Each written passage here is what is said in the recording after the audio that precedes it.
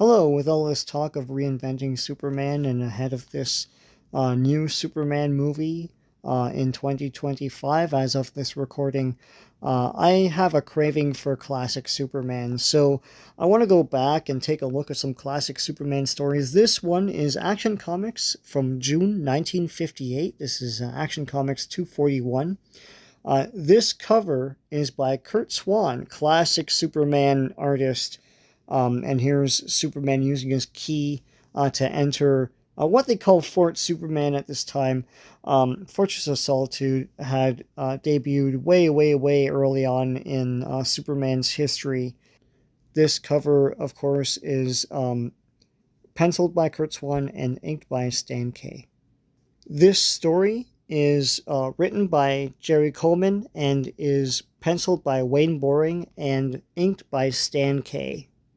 And this story is a classic story that was reprinted in several trade paperbacks and also appeared as a backup tale for years and years. Basically, Superman is in his Fortress of Solitude. He's got this big journal that's made of metal sheets, and he can write things in it in Kryptonian or English or whatever with his super fingernails or his super laser vision. And so he wants to get gifts for Lois and Jimmy Olsen. And so he travels into the sea to get the best pearls to make a pearl necklace for Lois. And he gets this big key. Now, this giant yellow key that you put into this big yellow door is classic to me. Never really depicted in any of the movies or anything, but I think this is great. I know that in an age where every character has superpowers, they could probably do this themselves. But back then, Superman had unique strength that he could do this, and so it made sense that this was the only way in or out of this fortress. And so he puts this key up again, very classic. I love it, very iconic to me. And he goes through basically his estate planning because, he says, when he dies, then this necklace that he's made for Lois can go to Lois. And he's made this amazing car for Jimmy, so if he dies, this car goes to Jimmy. He made this robot detective for Batman, and he's made a Batman statue and all sorts of Batman paraphernalia here. And this robot detective can go to Batman when Superman dies. And he's made just wax figures of people. This pre-crisis Superman, his Fortress of Solitude was fairly wacky. Here he's painting. He likes to paint other planets and stuff. He has this big lead suit to the left here that he performs experiments on kryptonite, etc. He goes to get some metal from a scientist to experiment on. When he comes back to the fortress, someone has broken in and written this message for Superman saying, "Who am I? I know who you are. Who am I?" How did I get in here? It's up to you to figure it out. And so Superman figures out, who this is. He's like, these animals, is one of them sentient? He had an animal menagerie of animals from around the universe.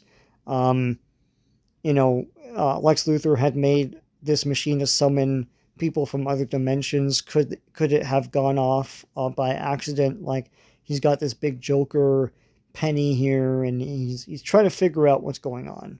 He tries to shatter this shatterproof metal, and of course the metal is not shatterproof at all. So he's writing in his diary here and engraving it in his fingernails. And then when he leaves the fortress, he melts the door so that no one could get in or out. And so here he's putting out a fire in town, and then he flies back to his fortress and smashes through the rock wall here and discovers that someone has finished his painting that he did. There's a robot, a very intelligent robot that he plays chess with, but figures that can't be what it is. He experiments with some X-ray glasses so that he can figure out if he can see through lead. He can't. He's just experimenting with that. And he sees in the engraving of some lead he's looking at that the intruder is taunting him yet again. So he doesn't know who this is, and he gets nightmares about who this could possibly be. And while he's trying to save this ocean liner here, he rocks it a bit too much because he's too distracted by trying to figure out who the intruder is. So he smashes back into the fortress, and there's another message. Kent is Superman. I told you I knew. Now I have proved it. Tonight is your last chance to act. And so Superman is distraught. He sees a melted wax. He sees melted wax, and it's blue and gray. But there's still the Batman statue there. And he's like, I think I figured this out. Meanwhile, there's someone in the shadows, saying, oh, shoot, I think Superman has figured this out. The fortress rocks, and all these rocks come loose, and one of them is kryptonite. And Batman tries to save Superman from the kryptonite. Yes, it's been Batman all along. He broke in, and he's playing a prank on his friend Superman. He picks up this kryptonite, but now they're trapped in this fortress, and Superman is weakened.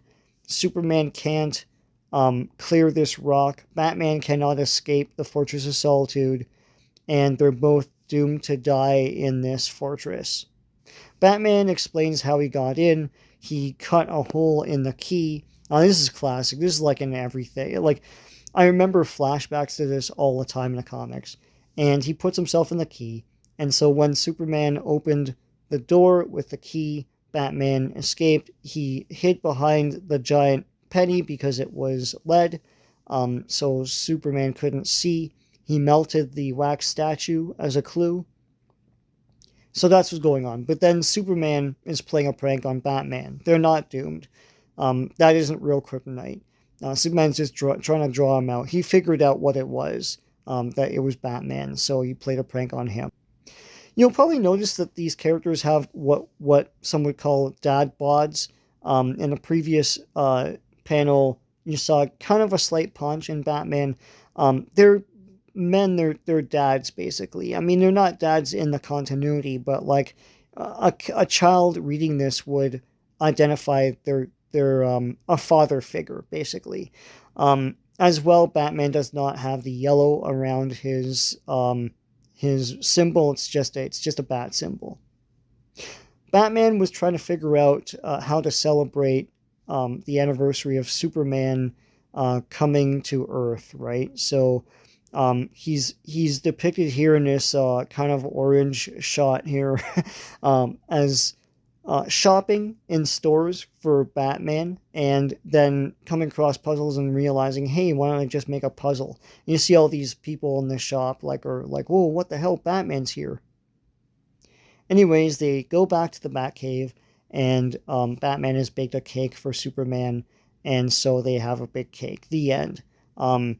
This is a classic story. I love Superman being distraught and figuring out the mystery, and then the mystery being that Batman broke in. Nowadays, everyone knows that, but back then it would have been a real mystery to kids. Like, who is this, right? Let's take a look at the rest of this comic, just out of curiosity as to what made up an action comic at this time. So the feature is Superman. Then you have all these funny comics. They're usually one page. This has a little ad at the end of it. Another funny comic, Hollywood Highlights, and an ad for Superman of America. Another funny comic, Trixie, World's Greatest Stuntman. And here you have Congo Bill. This was written by Jack Miller and penciled and inked by Howard Sherman.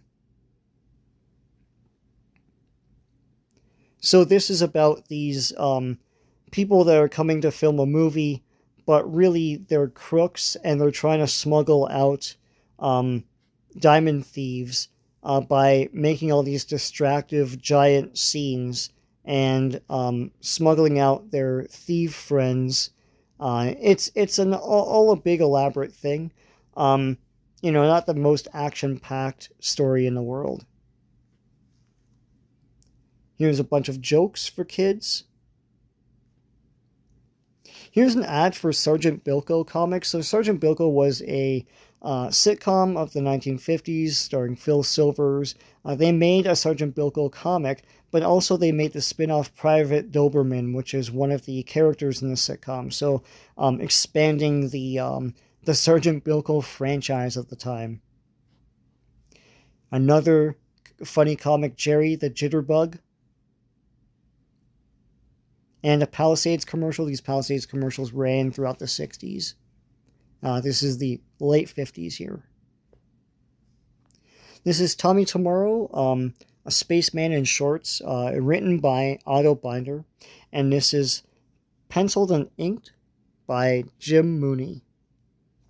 And so this is a weird story about this. This prospector has found a claim of some sort of, like, I can't remember, like a chemical, and in order to lay the claim, he needs 5 witnesses. And so this guy here finds 5 witnesses in unusual ways. There's a parakeet dog that can talk. They need to be talking witnesses. And there's a robot that can talk, and there's a chimp that when you put a helmet on him, he can talk as well. And then there's a recording that they use, and then the claim is now claimed because of all these witnesses. Not the most action-packed story in the world, once again, but there you go. Classic art, though.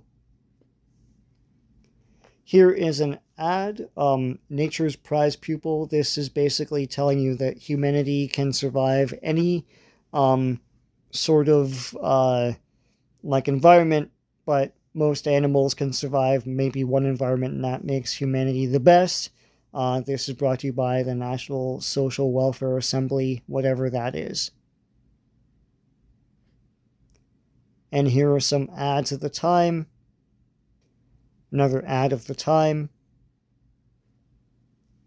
And toy soldiers on the back of the comic.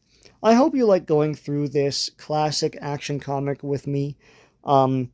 If you like what you saw, please give a like to this video. Please subscribe to this channel if you haven't already. Lots of great comic book stuff on here. So until next time, take care.